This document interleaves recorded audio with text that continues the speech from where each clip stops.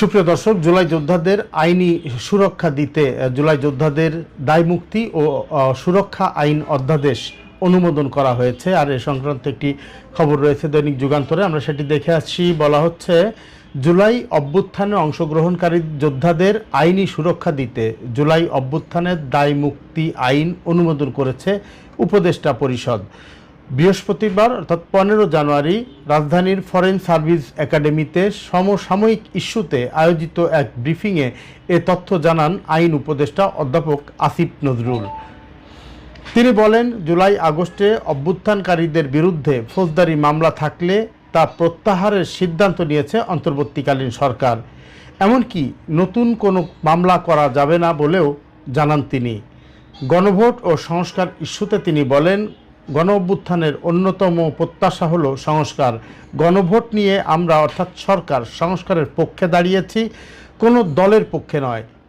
গণভোট নিয়ে হার পক্ষে যেমন বলতে পারবেন, না এর পক্ষেও বলতে পারবেন। যদি জনগণ ফ্যাসিস্ট আমলের মতো নিপীড়নে থাকতে চায় তাহলে না বলতে পারেন গণভোটকে। এটি সম্পূর্ণই জনগণের ব্যাপার। সাম্প্রতিক সময়ে ক্রিকেটাঙ্গনের আবহ ও টি-20 বিশ্বকাপে বাংলাদেশের অংশ নেয়ার বিষয়ে সরকারের আগের অবস্থানের পুনরাবৃত্তি করেন আইন উপদেষ্টা। বলেন, আমরা আমাদের অবস্থান থেকে সরে যাব না।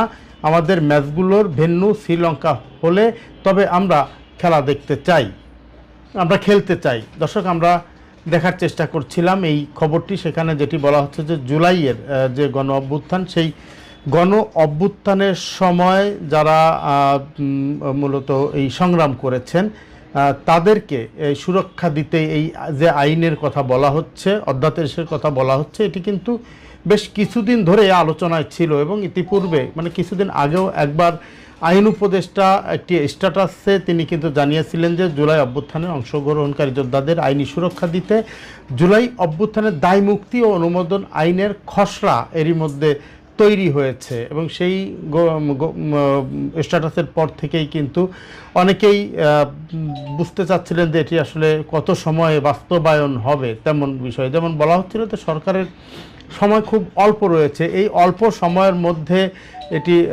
অধ্যাদেশটি জারি করতে পারবেন কি না সেটি নিয়েও ব্যাপক আলোচনা ছিল। কিন্তু যদিও শেষ পর্যন্ত সেই আলোচনা সমালোচনা বা যাই বলি সব কিছুর রেশ কিন্তু থামিয়ে দিয়ে শেষ পর্যন্ত জুলাই যোদ্ধাদের দায়মুক্তি ও সুরক্ষা আইনের অধ্যাদেশটি অনুমোদন করা হয়েছে, যেটি আজকে আসিফ নজরুল তিনি কিন্তু এটি পরিষ্কার করেছেন এবং জানিয়ে দিয়েছেন। দর্শক, সাথে থাকবার জন্য ধন্যবাদ জানাচ্ছি। আশা করছি গুরুত্বপূর্ণ তথ্য জানতে চ্যানেল 100 লাইভের সাথে থাকবেন। ভালো থাকুন, সুস্থ থাকুন।